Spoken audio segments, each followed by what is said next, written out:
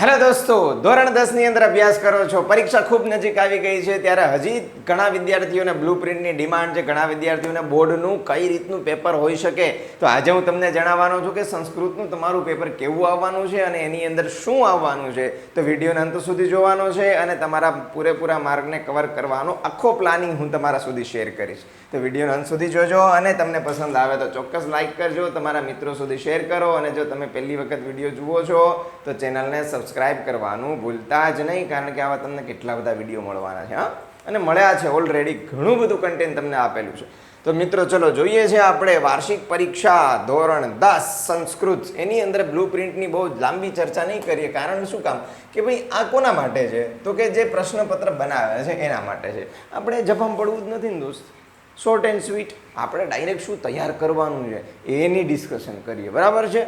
તો આ પ્રમાણે થોડું છે હેતુલક્ષી, તમને નાના નાના પ્રશ્નો છે એ 16 આવવાના છે, થોડાક પ્રશ્ન જવાબ 10 આવવાના છે, પછી ટૂંક જવાબી 12 પ્રશ્નોની સંખ્યા છે અને ટોટલ મોટા પ્રશ્નો એ 46 પ્રશ્નો છે અને 80 માર્ક છે. આ રીતનું નાનકડું એવું માળખું છે, આમાં બહુ આપણે નહીં પડીએ, આપણે સીધા જઈએ. હા, આ થોડુંક તમે જોઈ લો તો વિભાગો ABC, આ 3 વિભાગ બોલે તો ગદ્ય, પદ્ય અને નાટ્ય, આ 3 વિભાગ છે, બરાબર. અને D વ્યાકરણ છે અને E એ એક્સ્ટ્રા છે.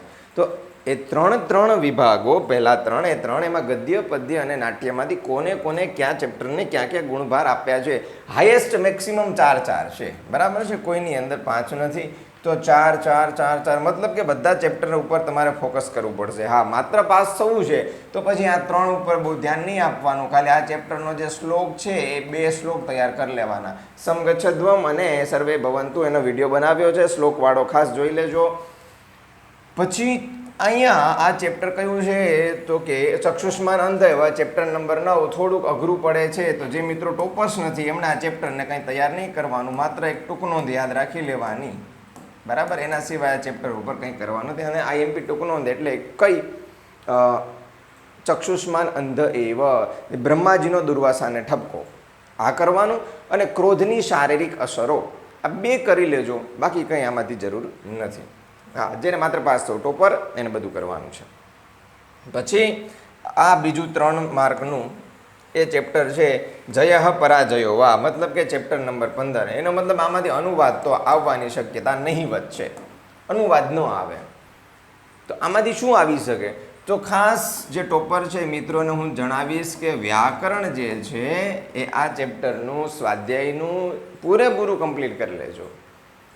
વિભક્તિઓ, સમાસ, કૃદંત જે પણ મળે તે આ ચેપ્ટરનું તૈયાર કરજો. 3 માર્ક કવર કરવાના છે, બરાબર. હા, બીજો એક આનો પ્રશ્ન જે છે એ તમને IMP તરીકે સમજાવી દઉં તો મહાભારત કાલીન યુદ્ધ અને વર્તમાન આધુનિક યુદ્ધ, આ બંનેનો તફાવત, બરાબર છે, આ ખાસ કરી લેવાનો છે. આ એક પ્રશ્ન કરી લેજો તફાવતવાળો, અને બાકી વ્યાકરણ કરજો.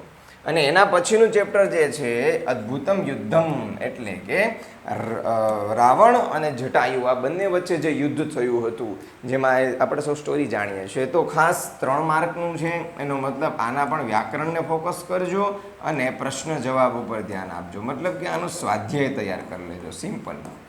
આ બંને ચેપ્ટરના સ્વાધ્યાયને બહુ સારી રીતે કરજો. અનુવાદને ન કરો તો ચાલશે, એમાંથી નહીં આવે, અને આવે તો પણ તમે વિકલ્પમાં કાઢી શકો છો.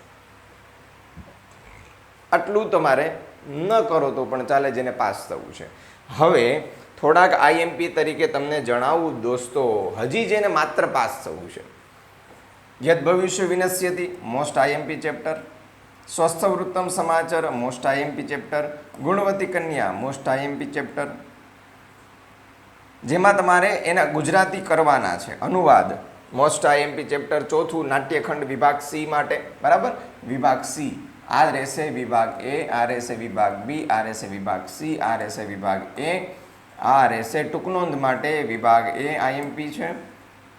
પછી સાક્ષીભૂત મનુષ્ય વિભાગ C, અનુવાદ માટે મોસ્ટ IMP ચેપ્ટર છે. આ પણ આ 2 ચેપ્ટર કરી લેશો મિત્રો અનુવાદ માટે તો તમને 4 માર્ક પાક્કા છે, સમજજો, 100%. ત્યારબાદ ત્વમેકા ભવાની, આની અંદરથી 2 શ્લોક છે તૈયાર કરી લેવાના છે ખાસ, એ પણ IMP છે. આ તમને અર્થ વિસ્તાર માટે ચેપ્ટર નંબર 7, અર્થ વિસ્તાર અને અનુવાદ, બંનેમાં આ વસ્તુ આવી શકે છે.